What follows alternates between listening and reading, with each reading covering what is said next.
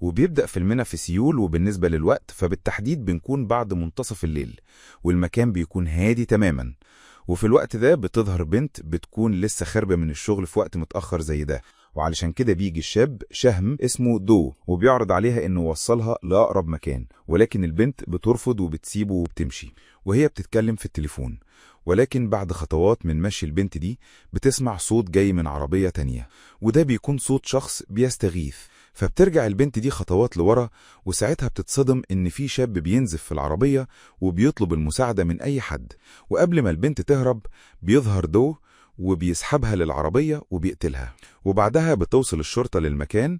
والغريبة ان دو بيكون هو اللي مبلغ الشرطة، ولكنهم اول ما بيوصلوا بتظهر المهارات التمثيلية العالية لدو، واللي بيكون عامل انه مصدوم ومنهار تماما باللي حصل له. وبيقولوا له للشرطي انه شاف العمال اللي اغتصبوا البنت دي، وبعدها بدأوا يطعنوا فيها لحد ما ماتت. وطبعا بتشكر الشرطة دو وبتسمح له انه يمشي. وبعدها بقى بننتقل للبنت الصماء كيونج، واللي بتشتغل في شركة للتقنيات في قسم خاص عن استشارة الناس الأصمة بلغة الإشارة. وبنروح لبنت تانية اسمها جونج، واللي بتكون عايزة تخرج، ولكنها بتكون خايفة من أخوها تشول الشرطي، ولكنه بيفاجئها إنه بيديها فلوس علشان تخرج، ولكنه بيطلب منها إنها ما تتأخرش بره البيت.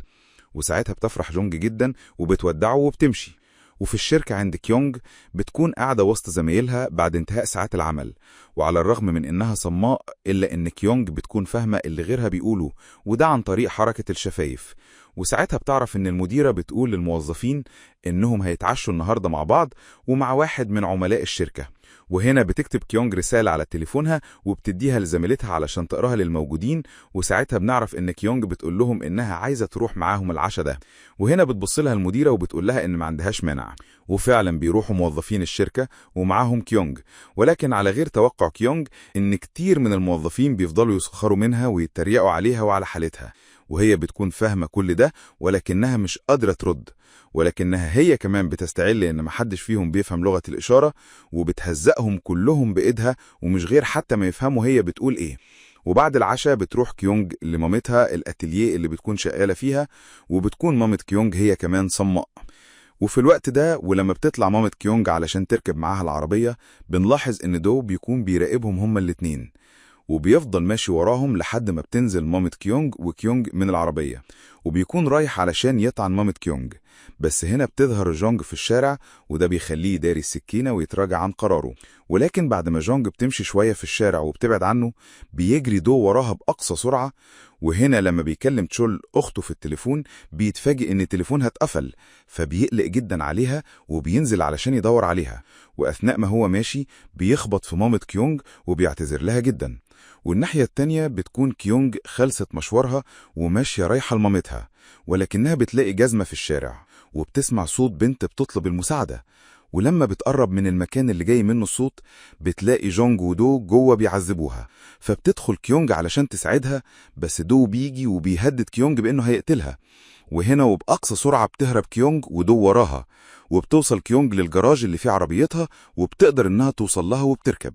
وساعتها بيجي لها اتصال من مامتها بتطلب منها تنجز. وهنا بنتفاجئ ان دو كان راكب في عربية كيونج وبيطلب منها انها تتحرك بسرعة علشان ماما ما تفضلش واقفة في الشارع. ولكن كيونج مش بتسكت، وبتفاجئ دو انها بتسوق العربية بسرعة كبيرة جدا، وده بيخليه يخاف وينزل في الكرسي. وقبل ما تخبط كيونج في الحيطة بتنزل بسرعة من وبتفضل تجري على حد ما بتوصل لزرار الطوارئ الموجود في الشارع. وهنا بتحاول الشرطة تتواصل معاهم عن طريق مكبرات الصوت، ولكن للأسف كيونج وأمها حالتهم ما تسمحش بده. وهنا بنشوف دو وهو بيضحك وبيغير مكان جونج وبيخفيها، وبعدها بيلبس بدلة محترمة وبيروح لكيونج وأمها وبيمثل عليهم وبيسألهم إذا كان حد فيهم شاف أخته. فبتعرف كيونج إن أخته تبقى هي البنت اللي شافتها مع الشخص الغامض ده، وساعتها بتكتب له على التليفون إنها في خطر. فهنا بيعمل دو وكأنه مصدوم صدمة كبيرة جدا، وبيطلب من كيونج توصله لمكانها. ولما بيروح معاهم مش بيلاقوا أي حاجة، وبتكون الشرطي هي كمان وصلت. وهنا بيروحوا لقسم الشرطة مع بعض، وبتراجع كيونج كاميرات المراقبة مع الأمن، وبيشوفوا إن في شخص غير اتجاه الكاميرات، وهنا بيطلب منهم الشرطي إنهم يستنوا تحت. وهنا بتبدأ كيونج وأمها يحسوا بشعور غريب ناحية الشخص اللي معاهم، وبيحسوا إنه غريب الأطوار. وأثناء ما هم باصين ليه بيوريهم تليفونه اللي بيكون لونه أسود، وبيقول لهم إن أخته كلمته وقالت له إنها رجعت البيت. ولما بيدخلوا للشرطي مرة تانية بتوصف كيونج أوصاف الشخص اللي هاجمهم وإنه كان شخص مقنع، وبيحاول الشرطي إنه يفهم منها الأوصاف على قد ما يقدر. وفي الوقت ده بيكون دو قاعد وجنبه شرطي سكران، وهنا بيبدأ دو استفز الضابط لحد ما بيخليه يقوم ويضربه. وفي الوقت بيقع تليفون دو منه وبتكون صورة جونج خلفية للتليفون، وهنا على طول بيمسك دو التليفون من إيدها وهو حاسس إن أم كيونج بتهدده بكشف هويته الحقيقية. وفي الوقت ده بيطلب دو إنه يدخل يشوف اعترافات كيونج، وده علشان يعرف دو عنوانها. وفي الوقت ده بتتواصل كيونج وأمها وبتقول لها أمها إن الشخص اللي قدامها ده كان تليفونه أسود ولكن دلوقتي بقى تليفونه أبيض. وهنا بيشوفهم دو وهم بيعملوا كده وبيكون حاسس إن الإشارات دي ليها علاقة بيه، وبيكون باصص لهم وهو متوتر. وهنا بقى بيوصل تشون للقسم وهو قلقان جدا، وبيقول للشرطي إن أخته متغيبة والمفروض كانت ترجع. ولما بيقول مواصفاتها بتكتشف الشرطة إنها تبقى نفس مواصفات البنت. وهنا بيوريهم تشول صورة جونج، وكيونج هي كمان لما بتشوفها بتقول لهم إنها نفس البنت. وفي الوقت ده دو بيهدد أم كيونج إنه هيقتل بنتها. ولما الشرطة بتخرج من القسم بيخرج سكينة وبيحاول يضرب بيها تشول ولكنه بيتصدى ليه. وساعتها بيهجم تشول عليه وبيفضلوا هما الاتنين يضربوا في بعض، وبيقول له دو إنه هو اللي خطف أخته. والمضحك في الموضوع إن الشرطة بيكون واحد منهم بيحاول يسيطر على الضابط اللي كان سكران، والباقي كانوا واقفين بره بيشربوا سجاير. وهنا بتخرج كيونج وأمها جري علشان يخليهم يدخلوا، ولكنهم لما بيدخلوا بيكون تشول هو اللي بيضرب دو، وبتطلب منه الشرطة تبعد عنه. بس تشول بيحاول يوضح لهم إنه هو ده المجرم، فبيخدروه. وكالعادة بيفضل دو يمثل لحد ما بتخرجوا الشرطة من القسم، وبتكون كيونج وأمها مرعوبين إنه خرق. وبعد ما تشول بيفوق وبيفهم الشرطة هو وكيونج وأمها إن الشخص اللي مشي ده هو المجرم، بيعتذروا لتشول وبيقولوا له إنهم هيدوروا عليه في كل مكان. وبعدها بتاخد الشرطة توصل كيونج وأمها، وتشول هو كمان بيروح للمكان اللي كانوا فيه علشان يدور على أخته. وأثناء ما كيونج وأمها في البيت بيخبط الباب وهم بيكونوا مرعوبين، ولكنهم لما بيفتحوا بيلاقوا الست صاحبة الأتيليه اللي شغالة فيه أم كيونج، وبتكون محتاجاها تروح معها الأتيليه علشان توصلها بالبضاعة. وبتفضل كيونج في البيت لوحدها. وبعد شوية ولما بتكون كيونج افتركت إن خلاص الدنيا أمان، بنلاقي إن دو وصل لبيت كيونج وكمان قدر إنه يفتح الباب. وهنا بتكون في حاجة اسمها إشارات التحذير منورة، ودي بتكون موجودة علشان تعرف كيونج لما يحصل أي صوت في البيت. وبيبدأ دو يلعب بأعصاب كيونج وبيفصل الكهرباء ويشغلها، وبيفصل كمان إشارات التحذير. وهنا بتبدأ كيونج تحس بحاجة غريبة بتحصل، وعلشان كده بتحاول تطمن نفسها لما بتبعت رسالة لتشول بتقوله فيها إنها بتتمنى إنه يلاقي أخته. وهنا بيظهر دو وهو ماسك بلطة وراها وكان على وشك إنه يقتلها، لكنها بتقدر تتفادى الضربة وبتدخل أوضة وبتقفل عليها الباب. وهنا بتبعت لأمها رسالة وبتقول لها إن الشخص الغامض اللي كان معاهم في القسم موجود هنا وبيحاول يقتلها. وهنا بيكسر دو الباب، وكان بيحاول يمسك كيونج لكنه بتفلت منه وبتنط من الشباك على الكراتين، وبتقدر إنها تهرب منه ولكن مش بيسيبها وبيكون وراها. وأثناء ما هم بيجروا بيشوفوا تشول وبيجري وراهم علشان ينقذها.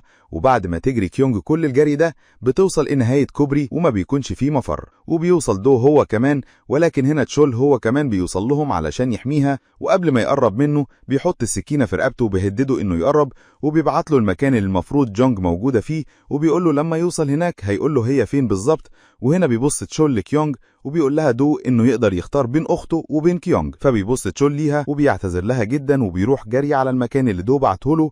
وبيوصل للمكان اللي بيطلع بيت كيونج، فبيتصل بدو اللي بيكون مكتف كيونج ولكنه مش بيقول له على أي حاجة. وهنا بتستغل كيونج إن دو بيتكلم في التليفون وبترمي التراب في عينه وبتهرب منه. وأثناء ما هي بتجري بتتفاجئ إن جونج بتنزل من عربية دو، فبتاخدها وبتهرب بيها. وهنا بعد ما بيقدر دو يفتح عينه بيروح للعربية بتاعته، ولكنه لما بيفتحها بيتفاجئ إن جونج مش موجودة جواها. وهنا بتحاول كيونج إنها تجذب انتباه دو وفعلا بيوصل لها.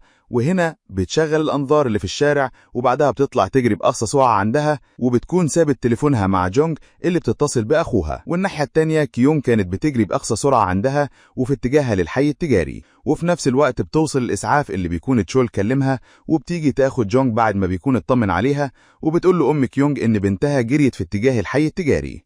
وفعلا بتوصل كيونج للحي التجاري، ودو مش بيكون سايبها، وهنا بتحاول كيونج إنها تطلب المساعدة من كل الموجودين، ولكن محدش بيفهمها. فساعتها بيستغل دو إن محدش فاهم، فبيبدأ يصرخ في الناس وبيقول لهم إنها أخته ومحدش يتدخل بينها وبينه. ولما بيشوف دو إن في شخص بيحاول يتصل بالشرطة بيمنعه، وهنا بتجري كيونج ودو وراها، وبيتفاجئ إن في من الأمن بترجعها وبيقولوا لدو إن أخته كانت مستخبية في صندوق القمامة، وبتكون أفراد الشرطة أذكياء جدا. وهنا ولما بتحس كيونج إن خلاص نهايتها قربت، بتقول له وفي مشهد مؤثر إنها مش عايزة تموت دلوقتي، لأن لسه في حاجات كتير جدا عايزة تعملها، لأنها عايزة تلاقي شخص كويس وتتجوز ويبقى عندها أسرة، ولو قتلها دلوقتي مش هتقدر تعمل أي حاجة من دول. وهنا بيجي تشول للمكان وبيقدر إنه يلحق كيونج من إيده، وبيحصل بينهم قتال، ولكن تشول بيكون أقوى من دو وبيقدر إنه يتملك منه وبيخنقه بقوة جدا لحد ما بيغمى عليه، وبعدها بيقوم علشان يطمن على كيونج. ولكن وهو بيتكلم معاها بنتفاجئ ان دو لسه في وعيه وبيقوم علشان يهاجمه، ولكن شول بيكون همه الاول هي كيونج، وعلشان كده بيوقفها ورا ظهره. وهنا بيقول له دو